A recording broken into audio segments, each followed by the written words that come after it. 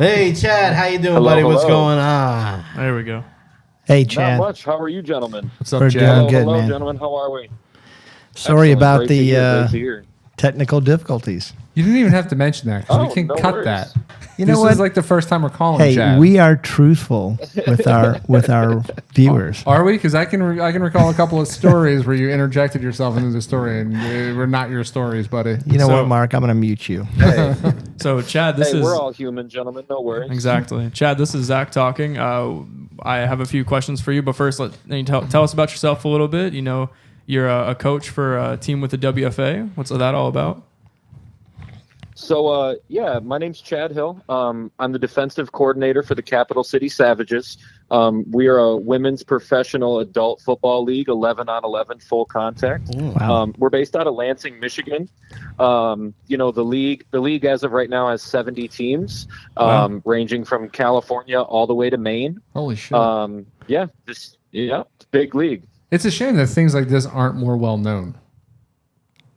That's Like, true, Mark. I mean, no, seriously. It should be. If it's a professional women's football league and there's 70 goddamn teams, like that's like minor league baseball almost. I mean, this should be. Are there any teams in our area, like the Florida, Georgia area? Absolutely. So there's a team in Florida. There's actually two. The Tampa Bay Inferno, they're a Division I team. They were actually very good this year. Cool name. They made the playoffs in the East. And then there's a Division III team called the Orlando Anarchy, who are based out of Orlando, obviously. And when does your season run from? So for myself, it's about 11 and a half months long every year. Oh, wow. But so the regular season games begin the first or second Saturday in April. The national championship is played the second Saturday in July. Well, I think it's settled, boys. We got to go catch a game. So do you guys ever like how far do you travel? So during the regular season, the farthest we traveled was to Louisville from Lansing, Michigan. So about an 8-hour trip by car. And then during the playoffs, we traveled as far as Greensboro, North Carolina, which was an 11-hour car ride. I myself flew. Okay, so Division 1 is at the top, or is it Division 3 that's the top? So Division I is at the top. They consist of 11 or 12 teams. Very famous team called the Boston Renegades pretty much runs that part of the league.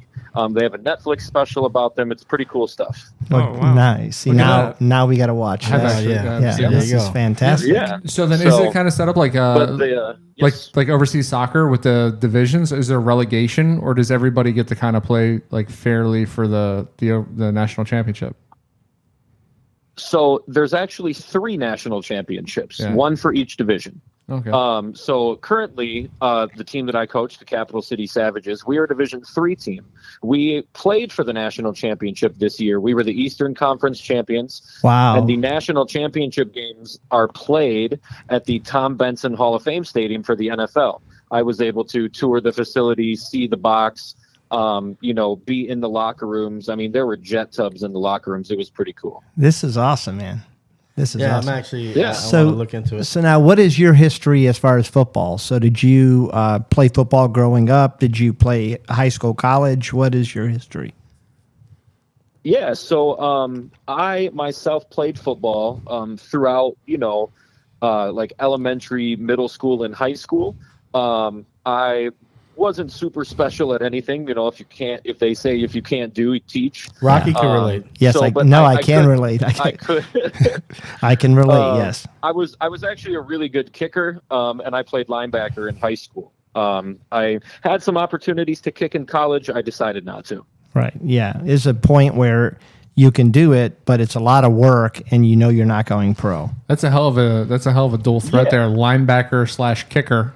Yeah. Yeah. Wow. So, Chad, you've commented on a few of our posts, and we appreciate all of that. The first thing that Get Absolutely. emotional Guys, over yeah, here. I was getting Yeah, tearing up over here. Yeah, Zach's getting really Well, we emotional. appreciate the engagement. We appreciate that you wanted to call in. One of the first things that we saw you talk about was we were talking about playoff teams. Are the Steelers a Sure. playoff team? Are the Colts a playoff team?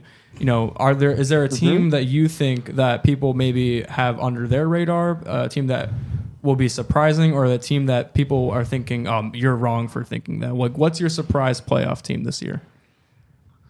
So I'm going to say a team. This team did make the playoffs this past year, but it was only by one game.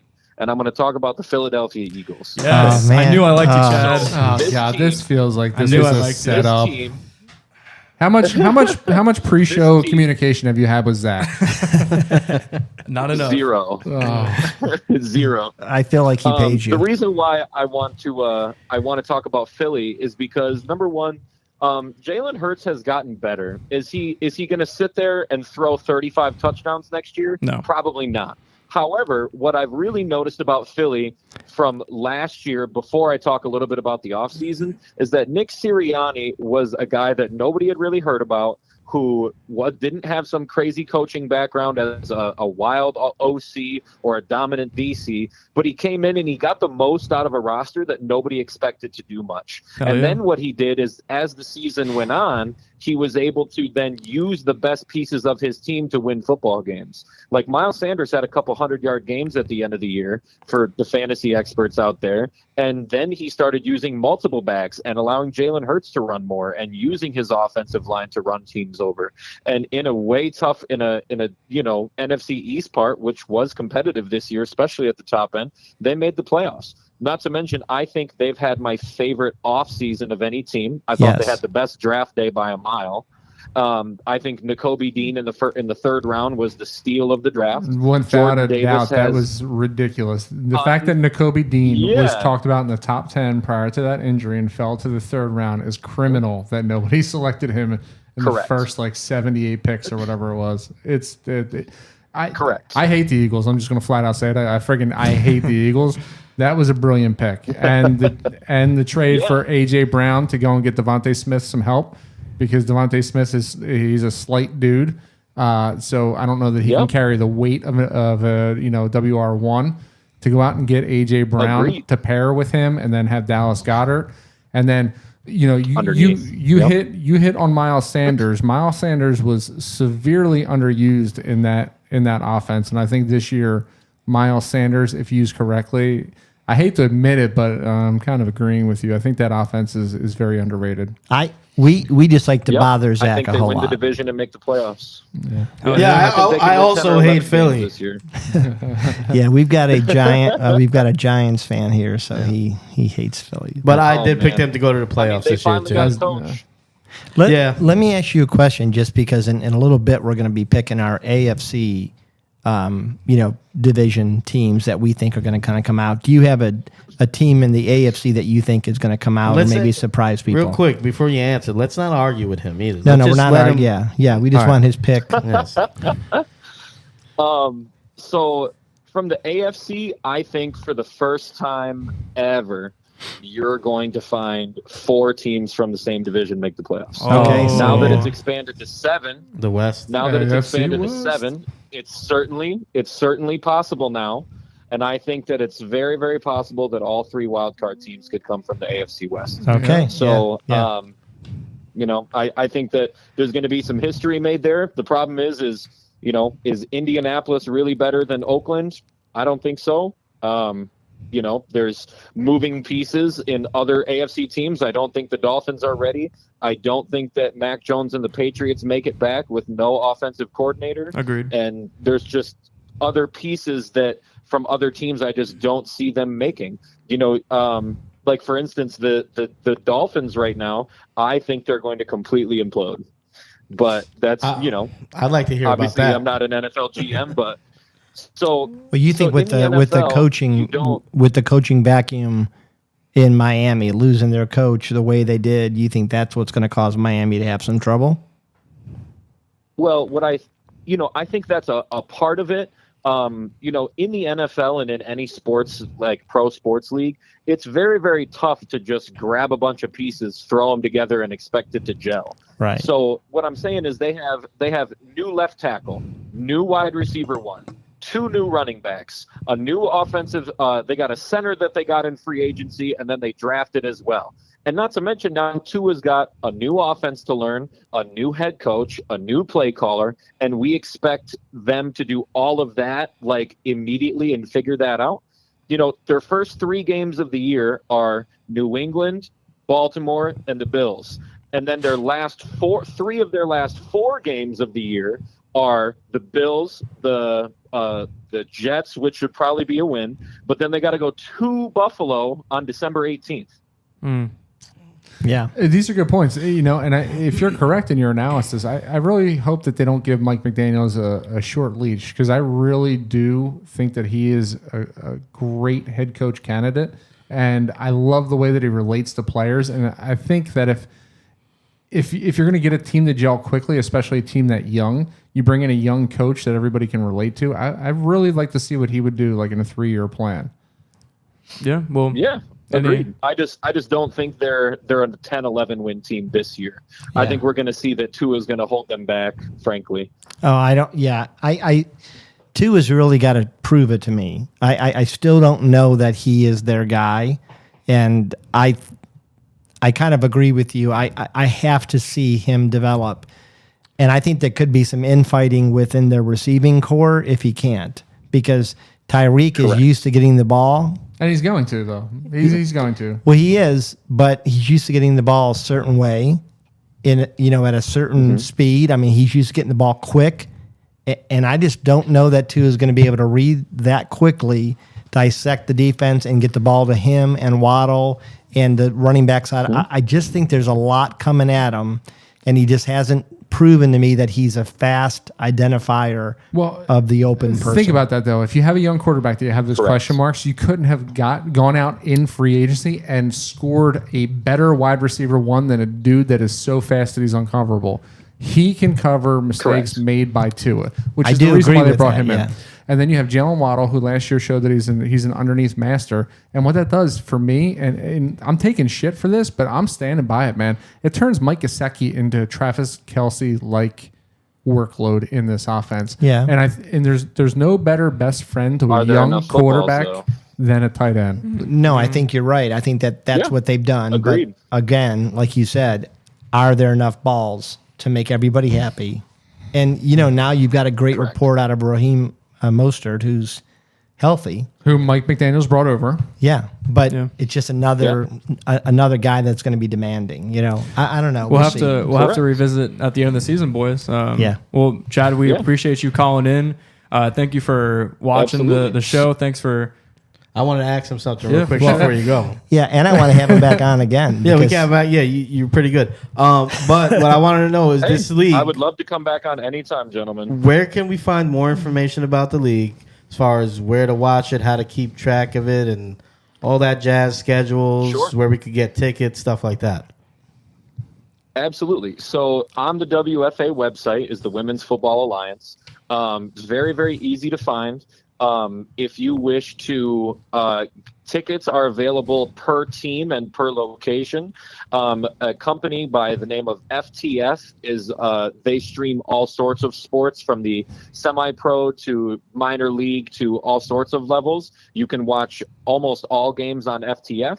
Also, you can be on an individual team's page, and they live stream all their games as well. Oh, cool. I kind of feel like the best cool part for you guys, would be to come through for the national championship games in July. It's a very dull point for the NFL, and you guys could probably get some good content going up there and watching that. Yeah, you're not wrong. I think we need to road trip this and I spend think some we time need to be. together. I think we need to be the official podcast of the WFA. Is what I'm saying. I think the question on everybody's mind, though, the burning question is there a WFA fantasy football league? I was just wondering that. How the hell can I get into it? Because I want some skin in the game here. So every single number that's recorded is posted on the site. However, if you guys are familiar with the Massey ratings, I'm sure you are. We used to do them in middle school, March Madness and whatnot. But that's how the league is rated and scored. So all of the teams and the rankings and how everything's decided is done by the Massey ratings, including the playoff seeding. So if you want to check in on numbers, old school, yeah. You got to go old school with it. I'm looking at your sponsorships. Each year we gain viewership. I'm looking at your sponsorships, and I don't understand why this isn't more well known. I mean, you have ABC, NBC, ESPN. You have Coors Light. NFL Network, Wilson. Like it's crazy, man. A secret for crying out loud. Hey, we're gonna blow it up. There's even a corner of the NFL Football Hall of Fame dedicated to the WFA. This Look at is that. awesome, man. So is this, Chad, is this your full-time job? So kind of. I mean, you certainly have to treat it like one if you wish to be successful in this league. Right. Because you were saying it's 11. It's pretty much you're spending full-time, you're pretty much treating it like it is. Correct. I mean, just this week alone, I'm interviewing an assistant for myself on defense, and I have a recruiting dinner this week as well, with a couple of elite players. So, if you don't treat it that way, you're going to fall behind and you're not going to be successful. But I think that's true with anything. So, but no, I treat it like a full-time job. Is it buying me a mansion? No, it's not. But do you have aspirations? I mean, do you have any connections to possibly head coach in this league? Is it like a next man, or not next man up, but like they're kind of stepping stones? Yeah, they're stepping you up to the next level, or is it something kind of like a Mike McDaniel situation where you're looking elsewhere to possibly head coach? Honestly, for me, I love where I'm at. And I have power over my side of the ball. I have a good relationship with my head coach and the owner. Honestly, there's 6 All-Americans on our team. And to me, I think we have 2 of the 3 best players in the league on our team. And frankly, I want to win a championship here or multiple and, see where my career takes me. I'm not necessarily gunning for a spot or anybody's spot, but if the right situation in my life in the future comes along to move up to, the college level or even the NFL, I would certainly take that opportunity. That's awesome. Great answer. So one last question, and whether, how close of a friend we can become. Are you from Michigan? Of course. I am. So I am from here. I was born and raised in Ann Arbor. Man. I'm certainly willing to travel, though. He's basically Satan to you. Are you a Michigan or a Michigan State fan? Neither. Okay. This is good. Oh, don't say Ohio Friendship State. saved. Are you a Friendship Ohio State saved. fan? I'm a Buckeye. No, I'm not. And frankly, I love talking sports so much that I try to be as unbiased with it as I can. We love that. Nice. I will say this. Man, you're a great the head biggest coach and Kyler candidate, Murray fan man. there is. Yeah.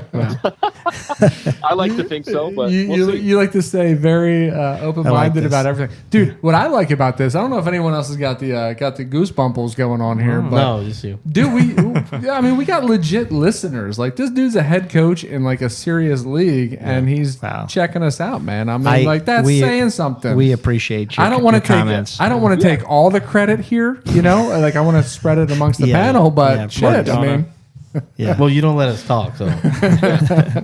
Well, Chad, we're definitely going to have you back on, man. We appreciate it, and honestly, I am open to a road trip. This sounds pretty awesome. So, 100%. Absolutely. Ditto. Right. Absolutely. You guys would have a ball out there. Oh no, I think we'd be wildly impressed. I keep having questions here. Do most of the players are they coming from other sports? So that's an interesting question. I'll give you a little bit of information on that. So I have an All-American D tackle who was a former point guard in college. Okay? Oh wow. Her body is transformed in a positive way to play defensive tackle, but that's one example. One of my linebackers is a rugby player. She played rugby in college. I have some softball players. I have some golfers. I'm currently recruiting a kicker from Michigan State, a soccer player from Michigan State to be our kicker. So they come from all over. And the beautiful part about this league is if you are registered and the season's already started, like let's just say it's week 2 and my left guard goes down and I can go find one on the street, teach her the scheme, she can play by Saturday. Wow, that's amazing. Yeah, that is right. That is pretty awesome. Flexibility is awesome.